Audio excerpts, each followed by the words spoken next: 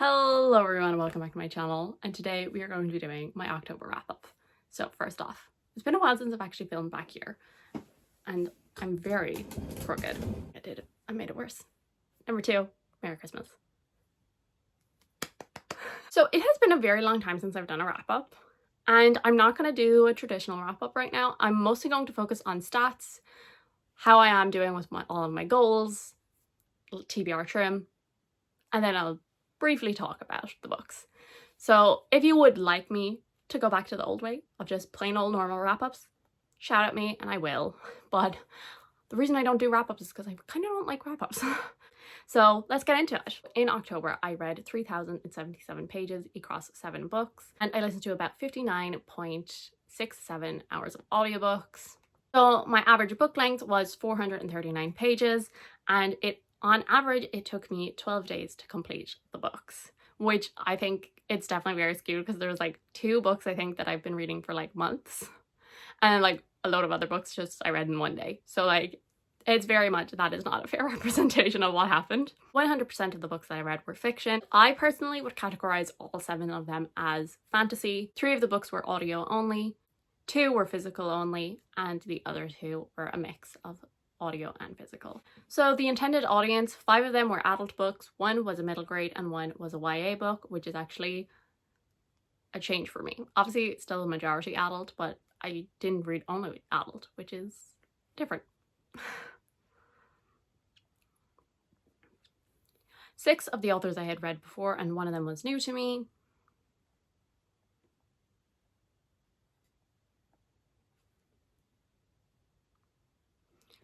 And I gave 5 4 stars and 2 3 stars. Though I will say one of those 3 stars I haven't actually pushed that rating up anywhere because of the fact that it is an indie published book, and so I don't, unless I'm giving them a 4 or a 5, I don't usually actually rate them. So that gives an average rating of 3.7. Those are the stats. If there's any other kind of stats that you would like to know about, please tell me. Talk 2024 goals. Have I completed any?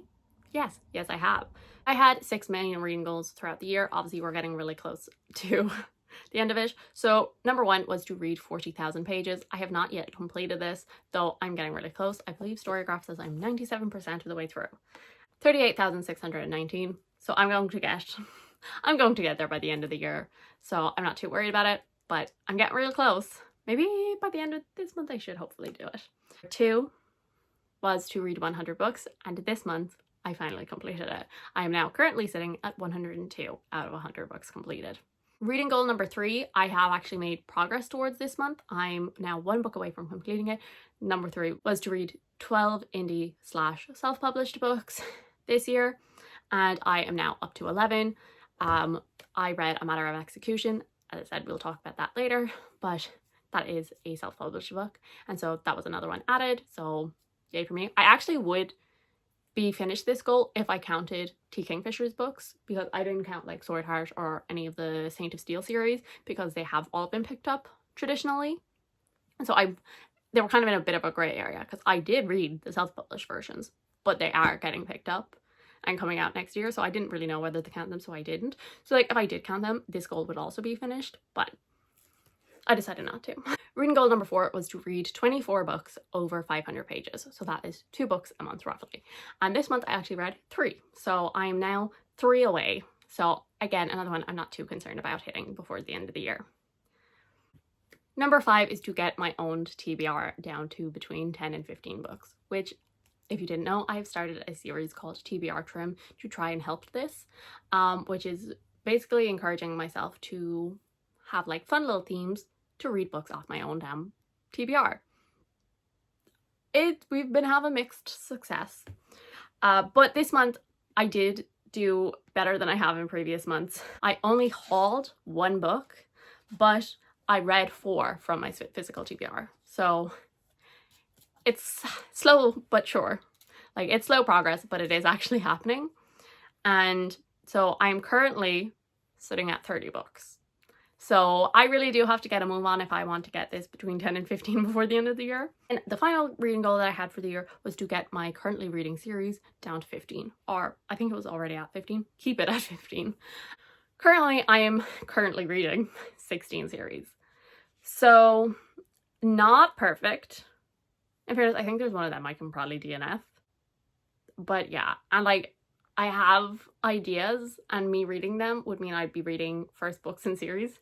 So I need to try and make time to continue some series. The last two things that I will talk about before we dive right into actually the books that I read is going to be obviously like those little fun lists that you make at the start of the year.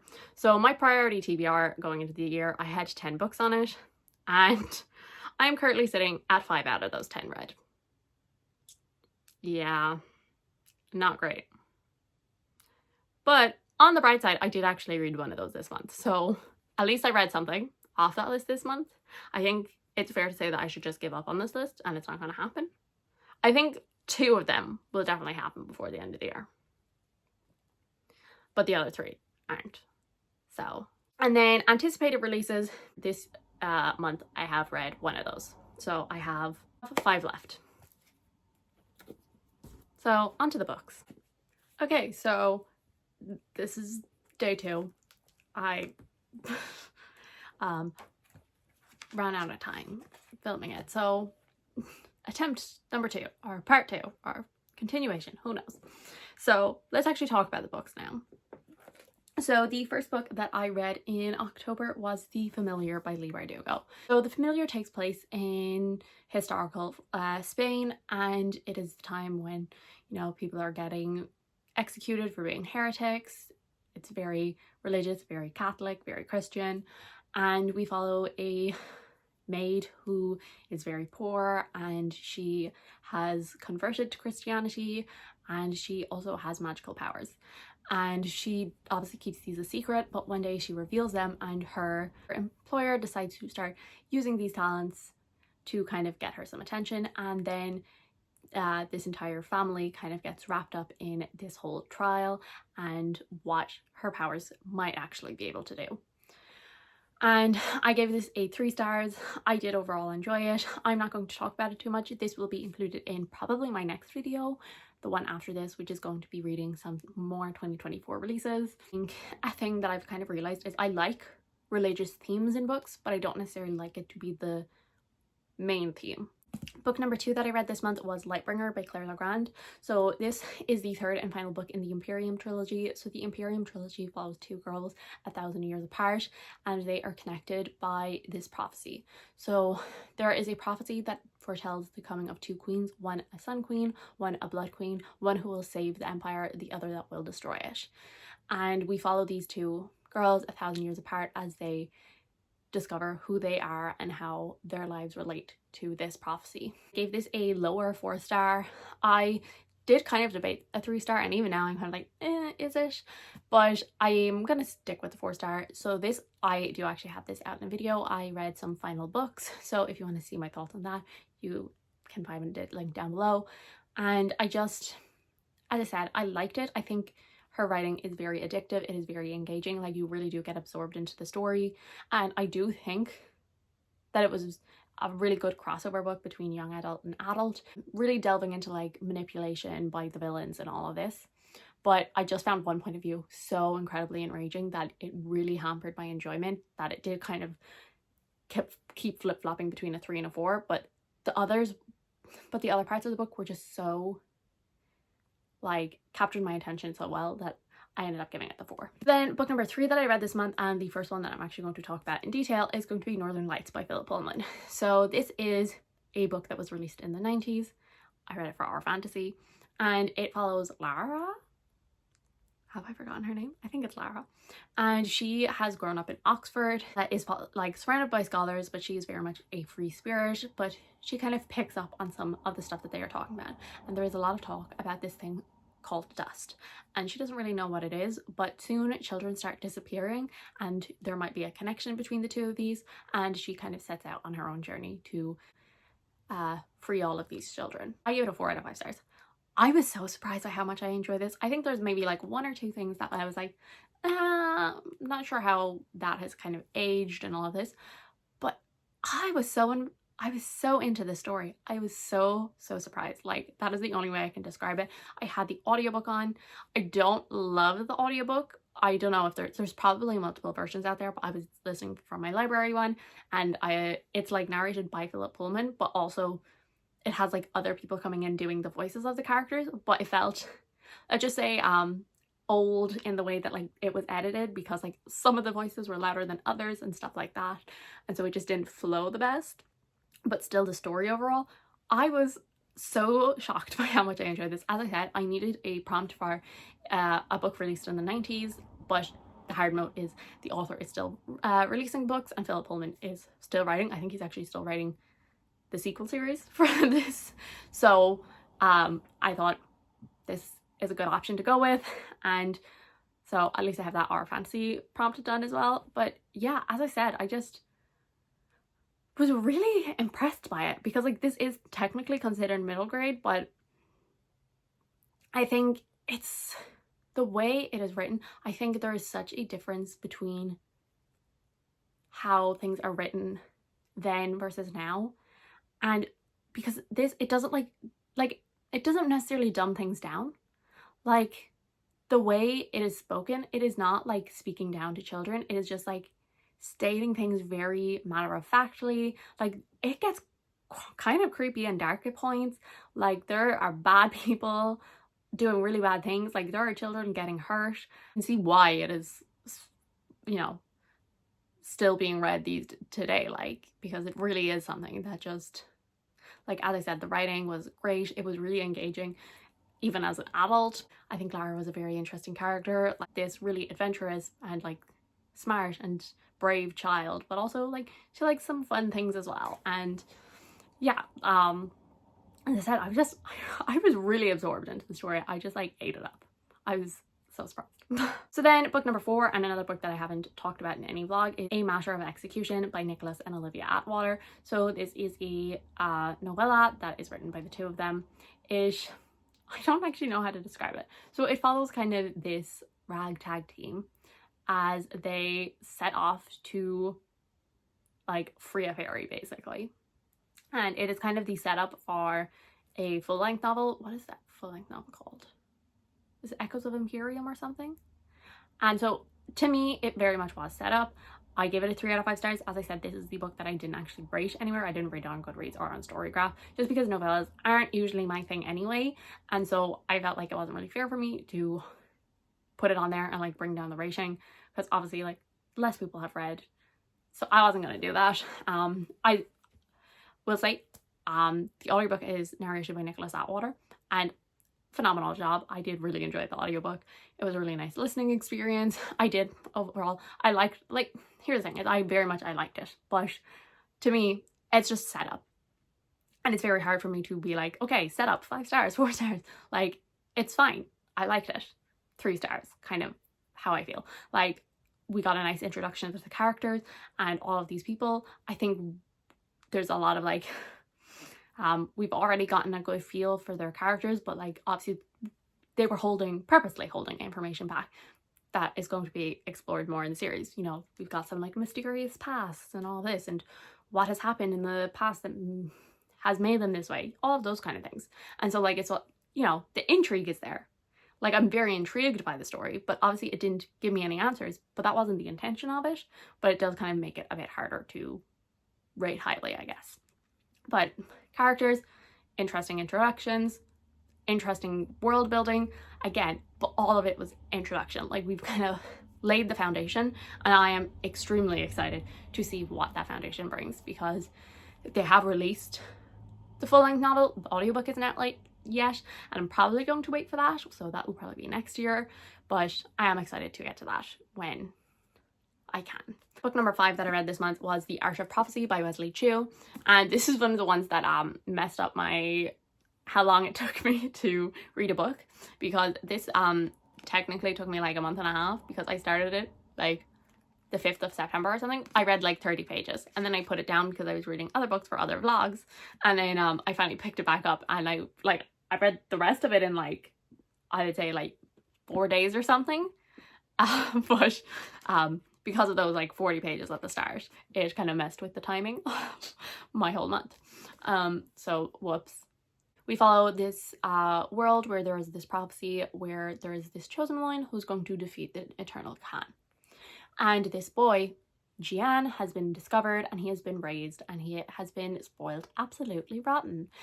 Nobody is allowed to hurt him. He gets everything he asks for. He is trained, but as I said, nobody is allowed to hurt him, so everyone holds back when they're actually in a fight.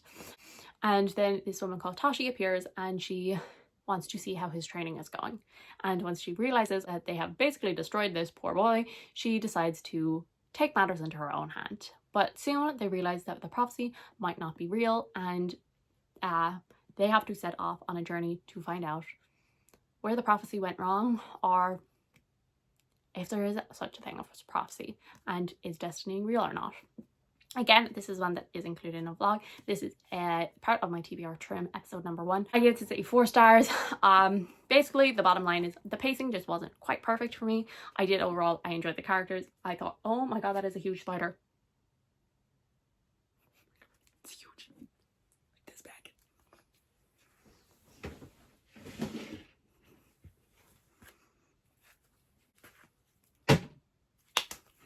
The first 100 pages were brilliant. I loved the dynamic between the characters. I thought it was so entertaining, really funny, kind of humorous. The action scenes were incredible, like so vivid, really entertaining. And the same with the last part. We kind of got reintroduced to that dynamic. Again, some really epic action scenes. Awesome. The middle 300, I don't think they kind of really mention about this in the synopsis, but it very much slows down. And in fairness, you get a lot of world building, you get a lot of understanding of how the world has become this way, a lot of actually diving into the teaching of of martial arts and teaching this magic and all of this and what that all means. But it definitely, it dramatically slows down. So just be aware, mentally prepare yourself for that. But aside from that, I did enjoy it. Then the 6th book that I read in the month was The Kingdom of Gods by N.K. Jemisin, and this was also a 4-star. So this was also included in the same video as The Art of Prophecy, so reading my 2023 book hauls. So again, that will be linked down below. So this follows the eldest of the godlings, and he one day visiting the kingdom that he hasn't been in a very long time, and he comes across 2 children, and he starts kind of making friends with them.